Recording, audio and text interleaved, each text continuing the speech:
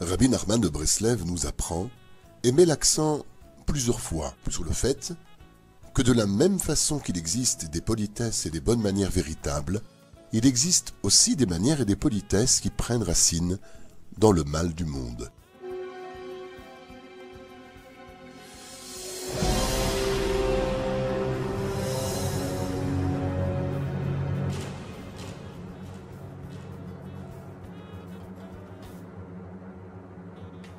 Un comportement sans aucun sens.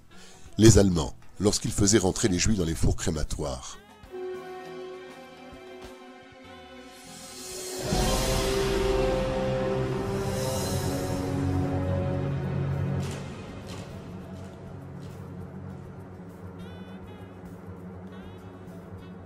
leur disaient « S'il vous plaît », ils pensaient se comporter avec politesse, mais ce « s'il vous plaît » n'a aucun sens. Comme un assassin qui a dit à son sacrifice « S'il te plaît, approche, je veux te couper la tête ». Pourquoi lui montre-t-il un visage de quelqu'un de poli, de soi-disant civilisé ?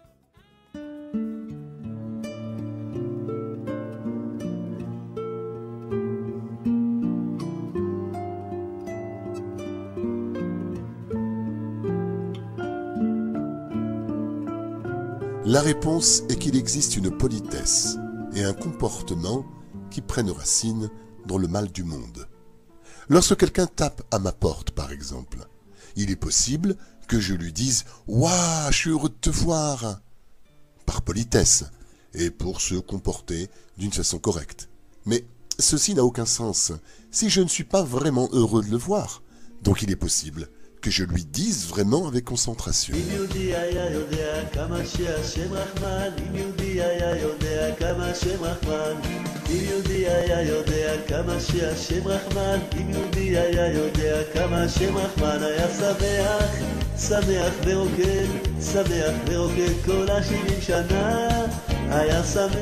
À Purim, nous buvons. Chaque personne a l'obligation de boire à la limite de se saouler, comme il est écrit dans l'Halacha, dans le Shulchan Aruch. À Purim, nous sommes des buveurs saints, vraiment saints. À Purim, nous brisons toutes les bonnes manières de l'humanité. Nous sommes vrais.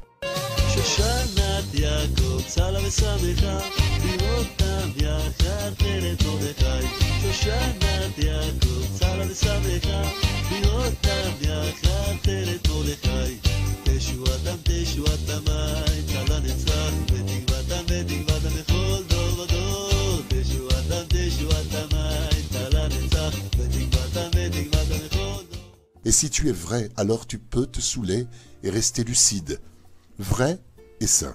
Mais si tu te trouves à un niveau de comportement qui prend racine dans le mauvais côté, tu peux peut-être te sentir dégrisé, pas du tout ivre, faire un discours et dire les choses les plus repoussantes qui existent au monde. C'est pourquoi, à Purim, nous brisons toutes les politesses acceptées et nous sommes des buveurs, mais nous nous trouvons au niveau le plus élevé.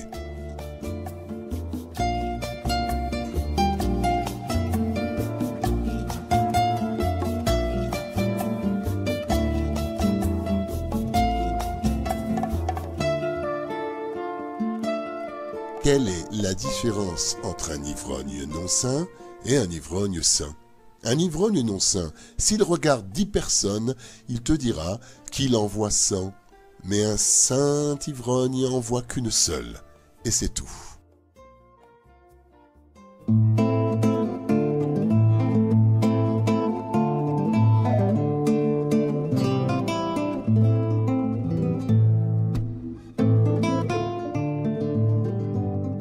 Une grande bataille se déroule là-bas dehors.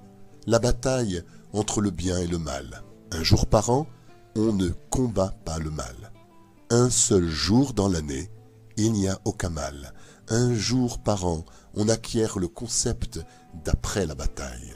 Et tout cela arrive à Purim.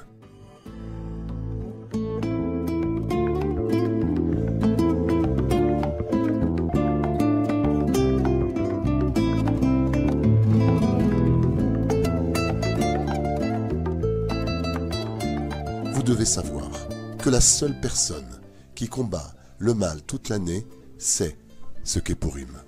Si vous ne combattez pas le mal toute l'année, Et à Pourim, vous dites « Je veux sauter dans Pourim !» Qu'est-ce que tu comprends vraiment?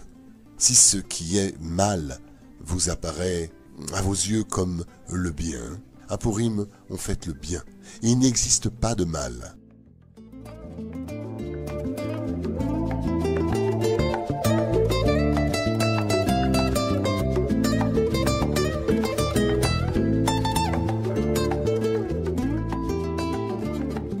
Souviens-toi de ce que t'a fait Amalek. Vous êtes obligé de vous souvenir qu'il existe du mal dans le monde. Amalek donc. La question est, est-ce que vous vous souvenez ou vous oubliez? Imaginez-vous, hier j'étais mauvais, alors je me suis promis d'être bien meilleur. Le lendemain, tout s'oublie comme si que rien ne s'était passé. J'oublie ma promesse, j'oublie combien je me suis mal senti avec moi-même, si seulement je me souvenais un petit peu.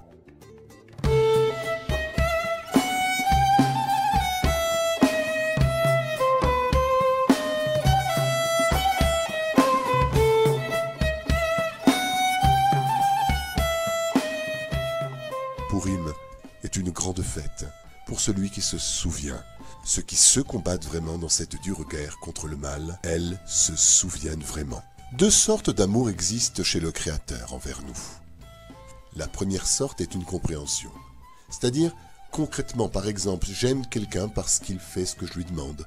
La seconde sorte est l'amour gratuit. Par exemple, je peux l'aimer non seulement parce qu'il fait ce que je lui demande, mais même s'il ne réalise pas ce que je lui demande, je l'aime de toute façon. Le jour de Kippour, l'amour se dévoile par les paroles que l'on dit. Nous avons fauté, nous avons péché, nous avons transgressé, nous voulons réparer nos actions, nous promettons d'être meilleurs, nous ferons tout ce que tu nous demandes, Dieu. C'est très agréable et saint.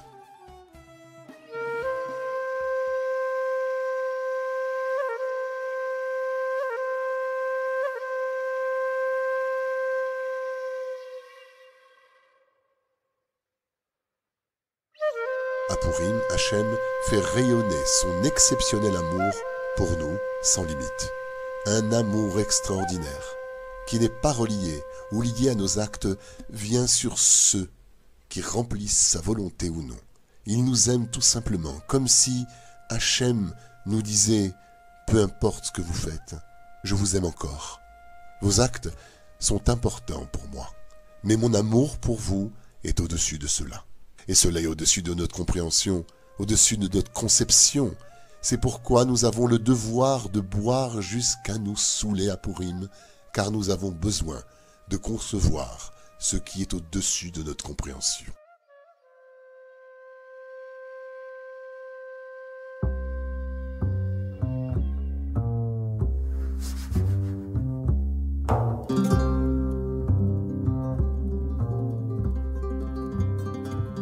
Le grand amour d'Hachem, qui descend vers nous à Pourim, n'est pas le résultat de nos bonnes actions. Il existe seulement parce qu'il nous aime. C'est au-dessus de notre conception, au-dessus de tout ce que l'on comprend. Le mal peut concevoir le niveau d'amour selon la volonté de Dieu. De cette façon, il peut nous entraîner à ne pas faire la volonté d'Hachem. Cette lumière vient d'un endroit où le mal peut arriver. Mais le mal ne peut pas ni arriver, ni concevoir le grand et extraordinaire amour qui se trouve au-dessus de ce niveau. L'amour d'au-dessus, l'amour qui n'est pas lié à sa volonté.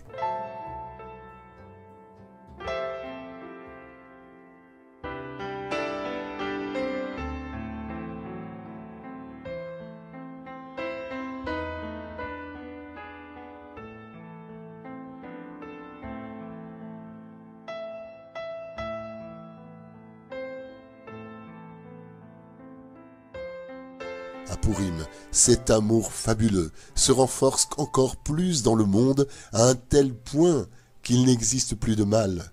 Rien ne nous sépare d'Hachem. Rien du tout. Je peux me saouler, je peux être la personne la plus repoussante, mais cela n'a pas d'importance. Lorsqu'une personne est ivre, pourquoi n'arrive-t-elle pas à se tenir debout ou à marcher droit? Il existe un niveau dans la Vodat Hachem qui consiste à ce que la personne se tient debout devant Dieu, mais n'arrive pas à avancer dans ses voies. Mais il existe un niveau plus élevé qui est « même si tu n'avances pas, Et même si tu n'es même pas capable de te lever, tu sers encore Hachem d'une façon beaucoup plus profonde que tous les temps.